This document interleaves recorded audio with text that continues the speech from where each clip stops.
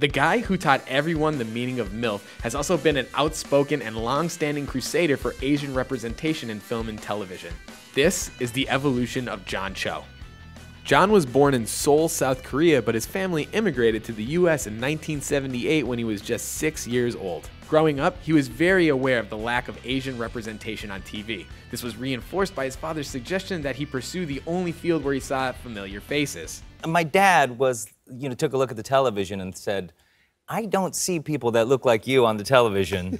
But he did see Asians on the news. Oh, okay. So he suggested that I go into reading the news on air. John might not have ended up on TV the way his father imagined, but he did catch the acting bug from a college friend who asked him to be in a student play. John's first bit parts weren't always kind to him, particularly one role where he played a Chinese delivery guy. He later said the role was very innocuous, but felt like I was somehow betraying myself.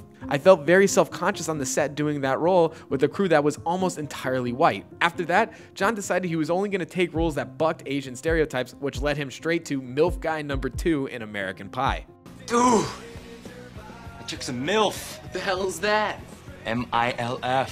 Mom, I'd like to Yeah, dude. Oh, yeah. John's description of Stifler's mom was so memorable, they named the character after him in later installments. He may not have known it then, but this role would change his career forever.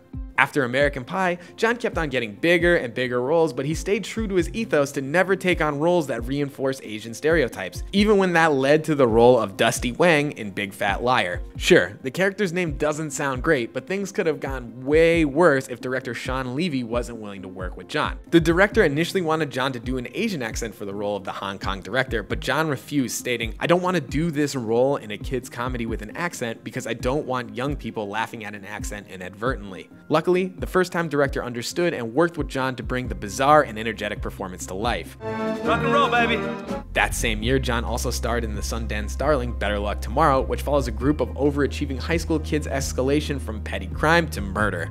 John played Steve, Stephanie's cool, rich boyfriend who tries to convince the group to rob his parents, but things don't go exactly as he planned. I'm serious. You happy? I don't know. It's the most truthful thing I've ever heard. In terms of representation, this film was groundbreaking. It featured a predominantly Asian American cast and was the directorial debut of future Star Trek and Fast and Furious director Justin Lin. Soon after that, his breakthrough roles were right around the corner.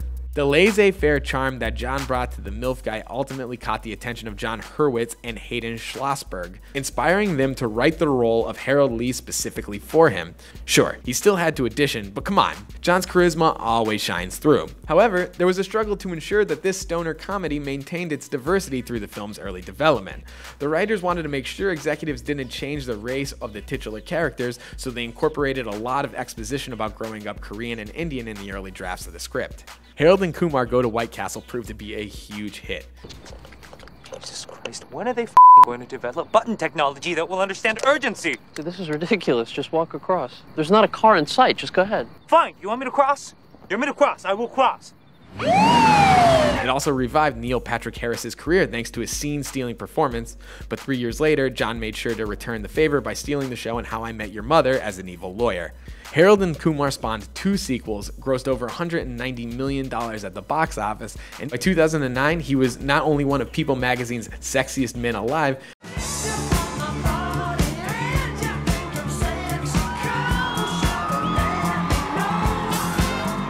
but he landed his most prestigious role to date, Sulu, in J.J. Abrams' Star Trek. When I was a child growing up in America, there weren't many Asian Americans on television that I could be proud of. My brother and I loved seeing George Takei on television because he was an Asian man who wasn't doing the typical stuff. It was a very proud representation. He was initially uncertain if he was going to take the role of the Japanese-American character due to his Korean heritage, but George Takei personally encouraged him by saying Sulu was a character who represented all of Asia. 2 films later, Star Trek Beyond caused some controversy when the movies changed Sulu's sexual orientation, but John was able to handle it with his typical charm. In fact, George Takei was like, why did you guys do that? Yeah. He seemed like he wasn't a fan of having that character. He said, maybe add a new character who's gay, but don't change Sulu. What did you think of all that? You know, I totally respect where he's coming from. Our movie is in an alternate timeline because there really hasn't been an LGBT character in the Star Trek universe, and people have been very great about it. I mean, they've really appreciated that move. In between the Harold and Kumar films and Star Trek, John tried his hand at TV acting but couldn't seem to land a show that lasted longer than 1 season.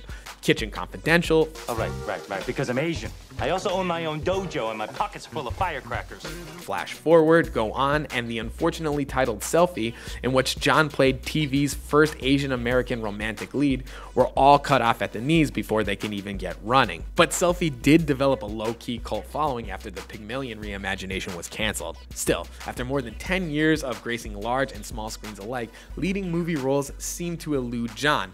That is until #starring John Cho. In 2016, William Yu wanted to start a conversation about the lack of Asian representation in film, so he started the hashtag and tweeted these amazingly edited movie posters.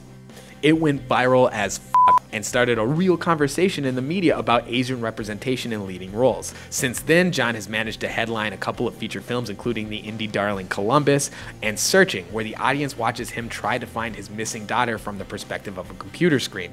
This role will make John the first Asian actor to lead a Hollywood thriller. With more than 100 credits to his name, John Cho has lived his American dream for all it's worth on his mission to populate our screens with complex yet entertaining representations of Asian Americans.